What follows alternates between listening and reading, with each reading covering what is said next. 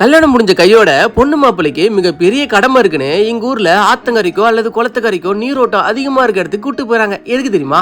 அங்க வச்சு விவசாயம் எப்படி பண்றது அப்படிங்கறத ஒரே நிமிஷத்துல கிளாஸ் எடுத்துடுறாங்கப்பா. இந்த மாதிரியான சடங்கு வேற எந்த நாட்டிலேயாவது இல்லது ஊர்லயாவது இருக்கான்னு தெரியல. பட் ஆனா அது எனக்கு ரொம்பவே டச்சிங்கா இருந்துச்சு. என்ன பண்றாங்கன்னு பாருங்க வாங்க.